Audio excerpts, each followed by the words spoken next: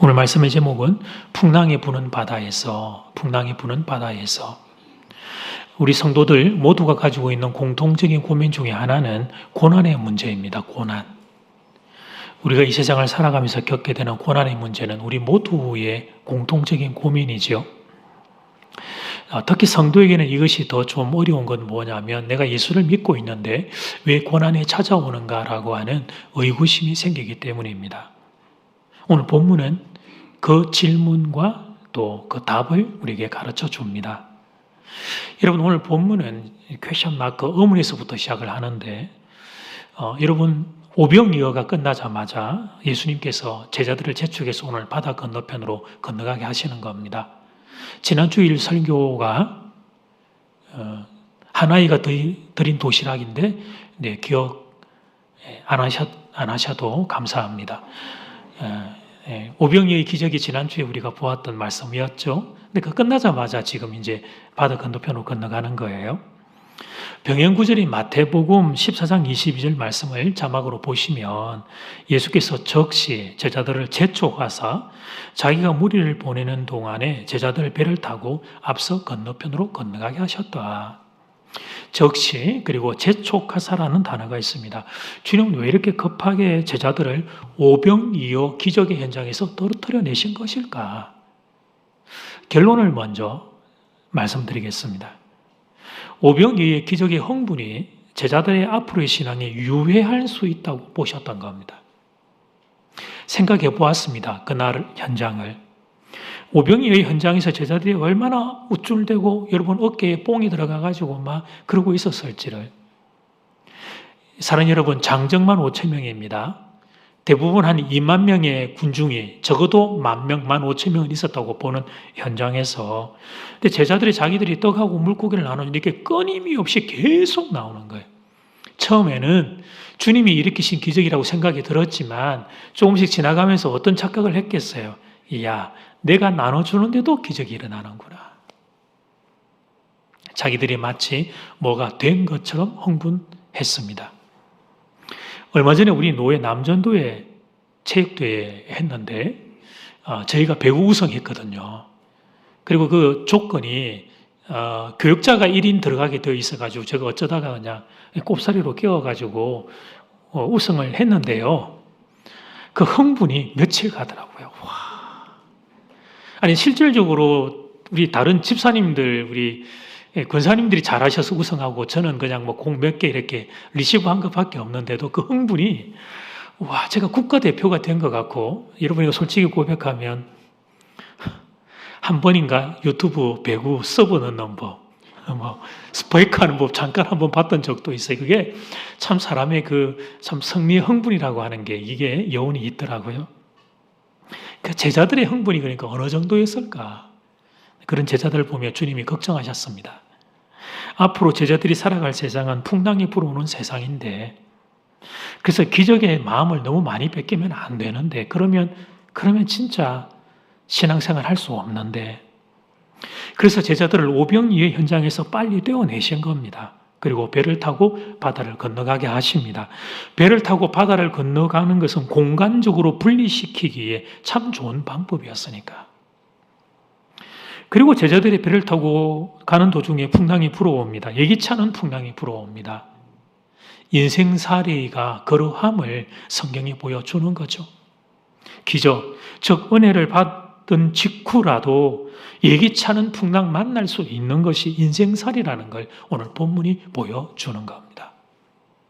첫 번째는 풍랑이 부는 바다에서 오병이어 현장에서 떨어뜨려 낸 것, 그리고 갑자기 풍랑이 불어온 이유를 제가 결론적으로 말씀드렸습니다. 그래서 여러분 오늘 이 본문의 상황에 그닥 당황스럽지 않게 되었습니다. 제게 설명을 들었기 때문에. 그러나 그날 그곳 현장에 있는 제자들은 어떠했을까요? 불평과 불만이 가득했을 겁니다. 일단 오병이어 현장에서 떨어지게 한 것부터가 마음에 들지 않았습니다. 제자들이 여러분 기적을 통해 가지고 돈을 벌 생각을 했던 것도 아닙니다. 그냥 기적의 현장에서 조금 더 그 기쁨과 축제와 환희를 누리고 싶었던 거죠. 근데 주님이 자기들을 재촉해서 그 무리들과 떨어지게 만드신 거예요. 도대체가 이해가 되지를 않습니다. 주님의 이 처사가 제자들은 도저히 이해가 되지를 않아요. 오병이의 기적은 전문 용어로 굳히기에 들어간 좋은 순간이었거든요. 기적으로 마음이 열려버린 그 무리들을 예수님 편으로 굳히게 하기에 너무 좋은 순간이었습니다. 그런데 그런 그들을 두고 그냥 떠나가신다니 제자들은 아무래도 주님 이해가 안 돼요. 어떻게 주님은 이런 계산을 할 줄 모르는지. 근데 여기까지는 좋습니다. 글쎄 배를 타고 가는 도중에 풍랑이 불어오는 거예요. 도대체 이게 무슨 일이라는 말이에요. 오병이어 기적을 일으킬 주님 정도라면 이후에 바다의 날씨 예견하셨을 텐데. 그런데 왜 풍랑이 불어오는 바다를 건너라 그렇게 말씀하신 것인지. 거기다가 또 예수님은 배에 같이 안 계시고 이래저래 제자들의 마음이 불편할 일이 한두 가지가 아니에요. 이 사건은 오늘 이 시대를 살고 있는 우리에게 영적인 메시지를 줍니다. 인생살이는 풍랑이 부는 캄캄한 갈릴리 바다와 같습니다. 너무 어두워서 앞이 보이지를 않습니다. 예기치 않은 풍랑이 불어와 우리를 당황케 합니다. 맞바람이 불어와서 노를 저어도 앞으로 인생의 배가 잘 나가지를 않아요. 나중에는 힘이 들어서 그만 살고 싶다. 그런 절망감까지 우울함만까지 밀려오게 됩니다. 이것이 우리의 인생길이다. 오늘 본문은 이걸 보여주는 거죠. 그렇다면 사랑하는 여러분, 제자들이 고난당하고 있을 때 예수님은 어디 계셨을까요? 마태복음 14장 23절을 보면 그때 예수님은 제자들을 위해 기도하고 계셨습니다. 무리를 보내신 후에 예수님이 기도하러 따로 산에 올라가시니라 저물매 거기 혼자 계시더니 그리고 때가 되자 예수님이 제자들을 찾아오십니다. 그런데 여기서 놀라운 사실은 예수님이 제자들을 찾아오실 때 배를 타지 않고 물 위를 걸어오셨다는 사실입니다. 19절 말씀, 제자들이 노를 저 10여리쯤 가다가 예수께서 바다 위로 걸어 배에 가까이 오심을 보고 두려워하거늘. 우리 주님도 성격 급하기로는 한 성격 하시는 것 같아요. 유람선이 아마 시간대가 있어서 그때 움직이지 않았던 것 같고 배 타지 않고 그냥 물 위로 제자들 구하겠다고 성큼성큼 그 물 위로 그냥 걸어오시는 주님을 보게 되죠. 존 메가더 목사님은 이 부분을 이렇게 해석하셨습니다. 우리가 문제에 처했을 때 예수님은 우리를 반드시 찾아오신다. 그런데 그 방법은 그 문제 위를 걸어오시는 방법으로 찾아오신다. 그렇게 해석을 하셨습니다. 그 어느 목사님이 하루는 꿈을 꾸었는데 목사님 타고 있는 그 배 앞에 큰 암초가 있는 걸 발견했어요. 배가 그대로 가면 암초와 부딪혀서 배가 좌초하고 침몰될 위험이 감지가 되었습니다. 그러니까 꿈속에서 기도를 했습니다. 목사님, 하나님, 우리 제 눈앞에 제가 가는 배 앞에 있는 저 암초를 좀 치워주십시오. 그런데 하나님이 알았다 그렇게 대답을 하시고는 암초는 안 옮기고 가만 놔두시고는 물을 더 많이 보내시더니 수위가 높아져서 결국 그 높아진 수위를 통해서 그 암초를 배가 타고 넘어가는 은혜를 주셨다는 거예요. 우리는 대부분 우리 앞에 있는 문제가 사라지도록 기도를 하는데 하나님은 물론 문제를 제거할 때도 있지만 그보다 우리가 그 문제 위를 넘어갈 수 있는 인생이 되기를 원하십니다. 풍랑과 같은 어려운 환경이 있을 때 그 환경을 받아내고 그 환경을 통과할 수 있고 그 환경을 뛰어넘을 수 있는 그 믿음의 용사들로 우리가 성장하기를 원하십니다. 마태복음을 보면 베드로가 예수님을 바라보고 물 위를 잠시나마 걷지요. 풍랑이라고 하는 그들을 마치 죽음에까지 몰아넣었던 두려움과 공포의 풍랑을 이 베드로가 잠시 그걸 딛고 일어선 거예요. 풍랑이 있지만 그걸 밟고 올라섰죠.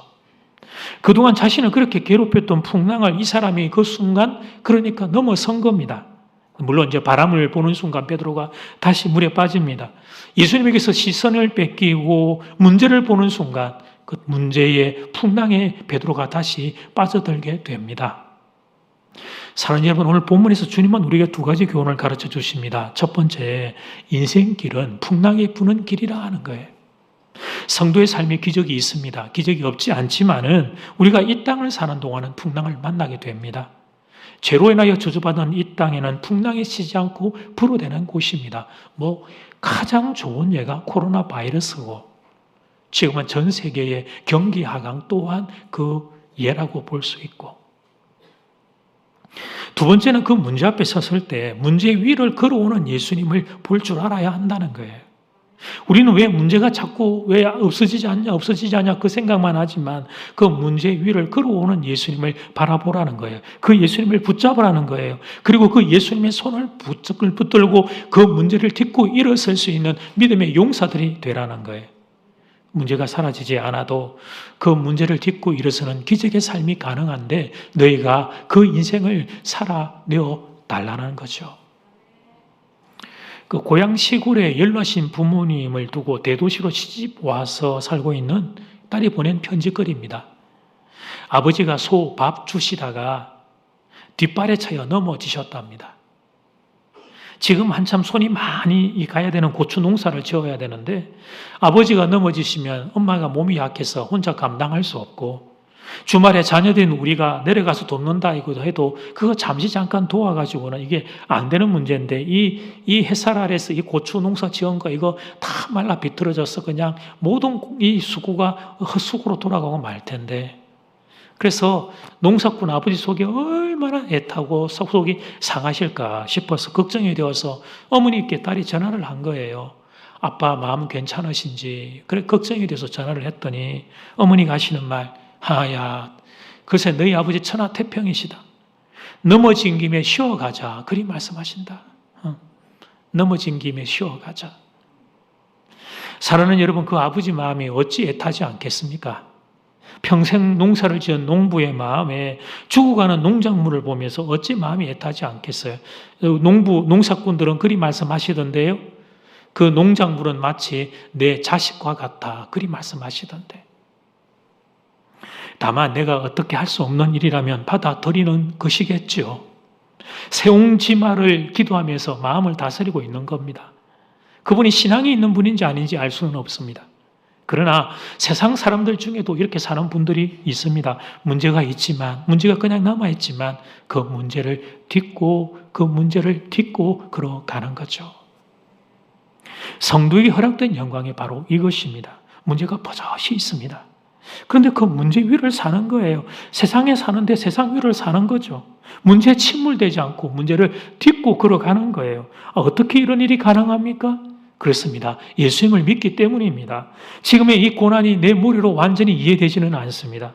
그러나 고난 때문에 나는 침몰하지 않을 것입니다. 고난 때문에 내 자신을 저주하고 내 자신을 초라하게 여기고 내 자신을 미워하고 내 이 인생을 그냥 그만두지 않을 겁니다. 예수님 손 붙잡고 그 고난의 파도를 타고 딛고 일어서는 거예요.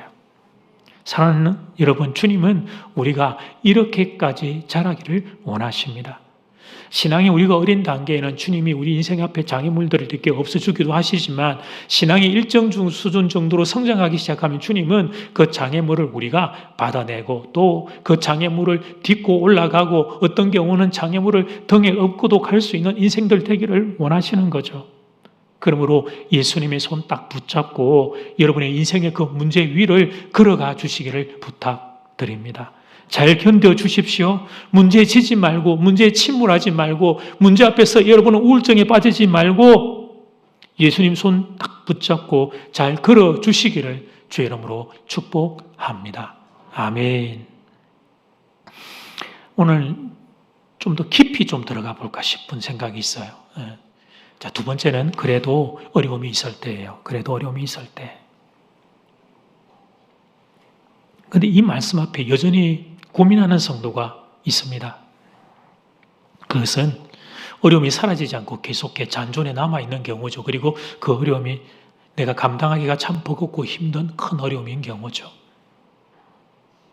오늘 본문의 경우는 예수님이 그렇게 오셔서 이제 바람과 바다를 잠잠케 해주셨습니다만 내 인생에는 여전히 풍랑이 불고 있는 거예요.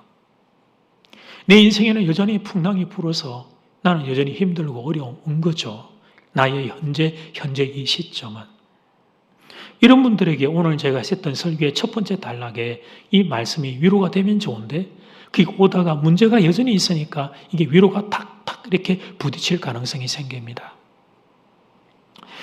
고 오카노 목사님이 책에서 본 글입니다. 친구 목사님 한 분이 한창 사역을 하실 나이에 그만 병으로 이 땅을 떠나게 되셨습니다. 아버지 목사님이 이해할 수 없는 죽음 앞에 충격을 받은 아들이 교회를 그만 덩지고 말았습니다. 아들 돌아오기를 기도하는 사모님이 이제 옥 목사님 사모님 네 분하고 같이 교제하시면서 아픈 마음을 토로하며 하셨던 이야기. 목사님, 제가 지금 느끼는 감정은 저는 지금 하나님께도 버림받고 사람에게도 버림받은 그런 마음이에요. 이 사모님이 신앙을 버리거나 그러진 않으셨죠. 근데 그만큼 마음이 얼마나 되고 힘들면 이제 그런 식의 표현을 하셨겠어요. 그 이해할 수 없는 고통을 그것도 한순간이 아니라 아들이 돌아오기를 긴 세월을 기다리고 있는 그 오래 지속되는 고통을 당해야 될 때 그분만 그런 게 아니라 우리 성도님들도 저를 찾아와 질문을 해요. 목사님, 왜 이렇습니까? 하나님이 나 사랑하시는 거 맞습니까? 하나님의 뜻은 도대체 어디 있습니까? 제가 언제까지 목사님 견뎌야 합니까? 그러면 저도 드릴 말씀이 없어요.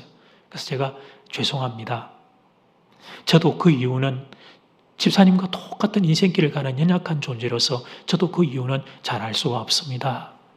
그렇게 대답을 드리죠. 하나님이 우리 그 집사님 사랑하고 있다는 거 제가 알고 하나님의 숨은 뜻이 우리가 알 수 없는 뜻이 그분의 인생 가운데 깃들어 있다는 걸 알지만 저 또한 인생이기 때문에 감히 뭐라고 그분의 귀한 인생 앞에 뭐라고 대답을 드리지를 못하는 거예요. 여러분, 사랑 여러분, 이 땅에는 왜 이런 고통과 고난이 있을까요? 이해를 하려면 조금 더 큰 이야기를 여러분 우리가 이제 시야를 좀 넓혀 봐야만 이게 조금 우리에게 열리게 되는데요. 첫 인간이 죄를 지었을 때 인간은 죄에 오염됩니다. 생명이셨던 하나님과 분리가 일어나면서 죽음이 우리에게 들어왔고 죽음의 파편들이 이 땅에서 우리를 공격하죠. 질병, 관계의 아픔들, 또 이 세상의 여러 가지의 문제들이 우리를 공격합니다. 그게 죽음의 파편들이 우리를 그렇게 괴롭히는 거예요. 근데 그에 더하여 인간만 오염된 게 아니라 이 땅도 함께 저주를 받았습니다. 인간만 죄에 오염된 것이 아니라 이 땅도 죄로 인해 저주를 받은 거예요. 그래서 창세기 3장 18절 상반절을 보면 땅이 너에게 가시덤불과 엉겅퀴를 낼 것이라. 그러니까 땅은 가시덤불과 엉겅퀴를 내는 곳이다 하는 거예요. 땅도 왜곡이 된 거죠. 비틀어졌어요. 그래서 남자는 얼굴에 땀을 흘려야 먹을 것을 취할 수 있게 되었습니다. 여자는 임신하는 고통을 겪게 되었습니다. 또한 남편을 원하고 남편의 다스림을 받게 될 것이라고 성경이 선언하고 있죠. 이것이 죄로 인하여 인간 우리와 이 땅에 임한 저주입니다. 코로나 바이러스를 보면서 우리는 이 사실을 깨닫게 되죠. 눈에 보이지 않는 바이러스가 이 땅 가운데 이제 좀 바이러스가 괜찮은가 했더니 이제 독감을 또 조심해야 된다고 하는 여러분 이 저주받은 땅 한가운데 있습니다. 그러면 자연이 이렇게 여러분 자연 환경이 망가져 있으면 인간에게라도 우리가 좀 기대를 걸 수 있잖아요. 자연이 이렇게 어그러지고 왜곡되어 있으면 인간의 선한 양심에 기대어서 좀 살만한 세상을 바라보겠는데 그것도 여의치가 않습니다. 러시아와 우크라이나 전쟁이 우리를 절망케 합니다. 세상에 2022년에 이 선진화된 나라, 이 세상에서 이 국가의 영토를 침략하는 전쟁이 일어난다. 전쟁의 원인이 여러 가지가 있겠지만 푸틴의 정치적인 야욕이 분명히 자리합니다. 국내 정치의 한계를 외부로 시선을 돌리고자 우크라이나를 침공한 거죠. 자신의 정치적인 야욕을 위하여 우크라이나의 국민, 심지어 자국의 러시아 국민의 죽음도 불사합니다. 죄로 물든 인간의 욕심이 얼마나 무자비한지 몰라요. 그걸 또 보고 가만히 묵묵히 침묵하고 있는 러시아 국민들의 많은 숫자들도 우리가 보면서 이 인간의 죄성은 어느 한두 명의 문제가 아니라 우리 모두의 문제라는 걸 우리는 인정하게 되는 거죠. 모든 인생이 여러분 다 이런 세상에 삽니다. 죄로 인하여 저주받은 땅에서 삽니다. 그래서 때로는 나의 잘못으로 내가 아픔을 겪기도 하고 때로는 다른 이의 잘못으로 내가 아픔을 겪기도 하고 어떤 경우는 여러분 내가 잘못해서 다른 사람을 아프게 하기도 하고 고통과 고난은 인생이라면 어느 누구도 피해갈 수 없는 것입니다. 설사 이 땅에서 특별한 고통 없는 사람이 있다 할지라도 사실 그런 인생은 아무도 없지만 만약에 그렇게 가정을 하더라도 그 사람 역시 늙고 병들고 죽게 된단 말이에요. 사랑하는 부모님들께서 세월이 가면서 아이고 자꾸 이렇게 약해지시고 연로해지십니다. 저희 교회 노건사님들 제가 처음 왔을 때 한 10수년 전에 요맘때면 국화꽃이 이제 피기 시작하고 좀 있으면 단풍 오기 시작하면 이제 모시고 나들이 갔을 때 그 앞에 입구에 모여가지고 함께 찬송 부르고 그랬어요. 그때만 해도 뭐 짱짱하셔서 저보다 더 빨리 걷고 막 그러셨고 뭐 꽃 예쁘다 그러시면서 그러셨어요. 그래서 이제 좀 걷고 한 군데 모이면 그 찬송 부르면서 어깨춤 추고 그랬거든요. 예수님이 좋은 걸 어떡함. 그럼 제가 2절을 개사해서 권사님이 좋은 걸 어떡합니까? 그러면 우리 권사님들 받아서 3절로 목사님이 좋은 걸 그러면서 어깨춤 추고 그래 좋아했던 우리 권사님들. 이제 참 많이들 약해지셨습니다. 예. 나들이 가는 것도 쉽지 않을 정도로 세월의 앞에 장사가 없는 것 같아요. 목소리가 짱짱하던 아버지들이 한없이 약해지십니다. 정말 불호령을 내리시던 그런 아버지들의 쩌렁쩌렁한 목소리도 그립고 그 자식들 험한 세상 등에 업어서 키워내셨던 억척 같은 어떤 힘들이 있어도 자식 앞에 눈물 보이지 않았던 그 어머니들이 힘을 잃어가십니다. 자녀들 입장에서 우리 아버지, 우리 어머니는 한결같고 변함없을 거라고 생각했습니다. 그런데 어느새 참 많이 약해지셨습니다. 병에 시달리고 있는 연약한 부모님을 자녀들이 하절없이 그냥 봐야 되는 거예요. 방법이 없는 거예요. 이유는 간단합니다. 죄로 오염된 인생들이기 때문에 죄의 결과인 죽음을 향하여 그리 갈 수밖에 없는 거란 말이에요. 사실 여러분 오늘 본문의 제자들도 동일합니다. 오늘 본문에서는 예수님의 도움으로 이분들이 풍랑의 위험에서 목숨을 건졌습니다. 그러나 이분들도 시간이 지나가고 난 뒤에 여러분 복음서가 지나가고 나서 사도행전에 넘어가서 이분들도 다 죽음을 통과하셨죠. 예수님의 제자라고 그러니까 죽음에서 제외된 게 아닙니다. 그래서 지금 이분들은 다 하늘나라 천국에 계십니다. 이 큰 그림을 볼 줄 알아야 합니다. 흙으로 왔다가 흙으로 가는 인생의 실체를 볼 줄 알아야 됩니다. 고난은 나 혼자만의 문제가 아니라 모든 인생의 문제라는 걸 직시하는 거죠. 그런데 성도에게는 하늘나라, 즉 천국이 예비되어 있습니다. 예수님의 재림과 함께 새 하늘과 새 땅이 임하면 하나님은 우리의 모든 것을 갚아 주실 겁니다. 새 하늘과 새 땅이 임하면 우리는 예수님처럼 신령한 몸을 입고 부활하게 될 겁니다. 주님과 함께 영원히 사는 신령한 백성으로 바뀌게 될 겁니다. 그날이 오면 우리의 마음을 괴롭혔던 슬픔이 눈 녹듯 사라지게 될 겁니다.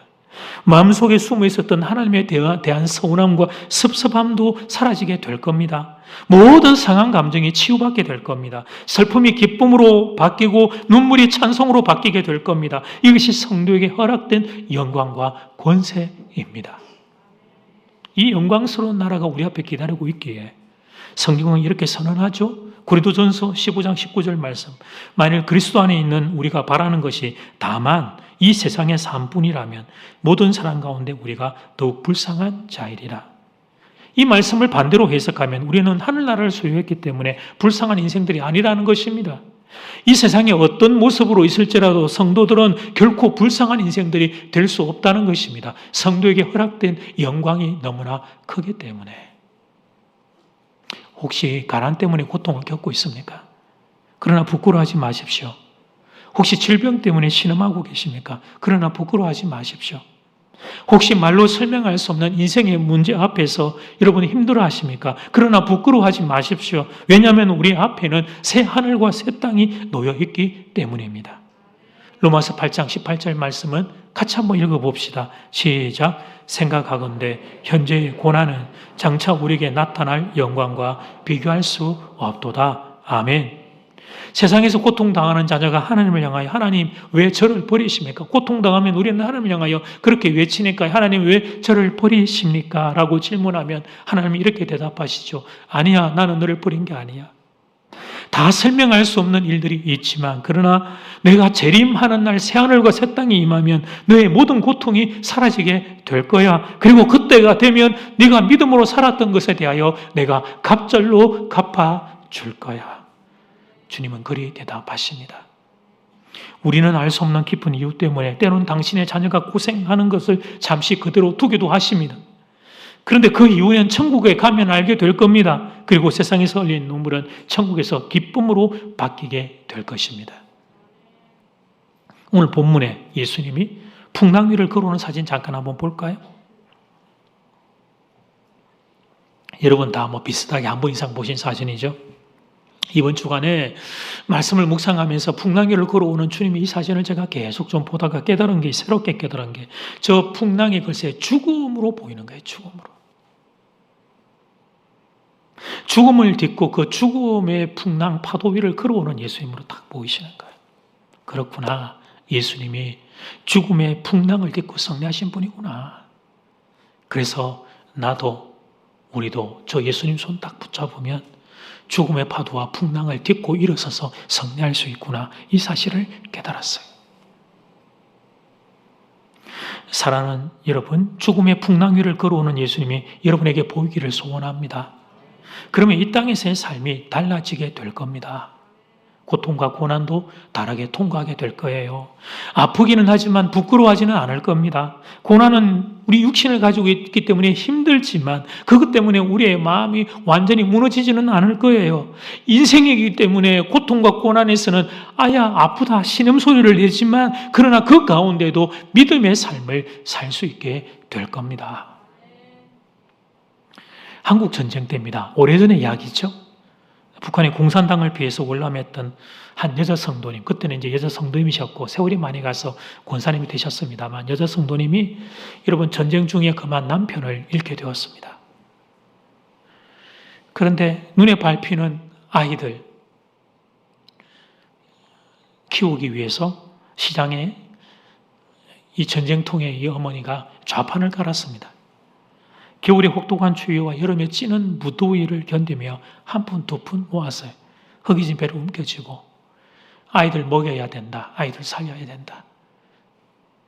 그렇게 살기 위해 억척같이 돈을 모아 아이들을 키우고 그 아이들이 이제 다 자라서 가정을 이제 이루어서 이제 다 출간을 하고 이제 자신이 황혼에 이르자 글쎄 그동안 얼마나 성실하고 열심히 억척까지 살았는지 한 수십억 정도의 재산이 모이게 된 거예요. 근데 이 할머니가 인생의 마지막에 그 재산을 나보다 더 불쌍한 사람들을 위해서 써달라고 다 그냥 기증을 해버리셨어요. 그래서 기자가 할머니를 찾아와서 묻습니다. 아니 어머님께서는 어떻게 이렇게 장한 일을 하셨습니까? 그래서 할머니가 이렇게 대답을 하셨습니다.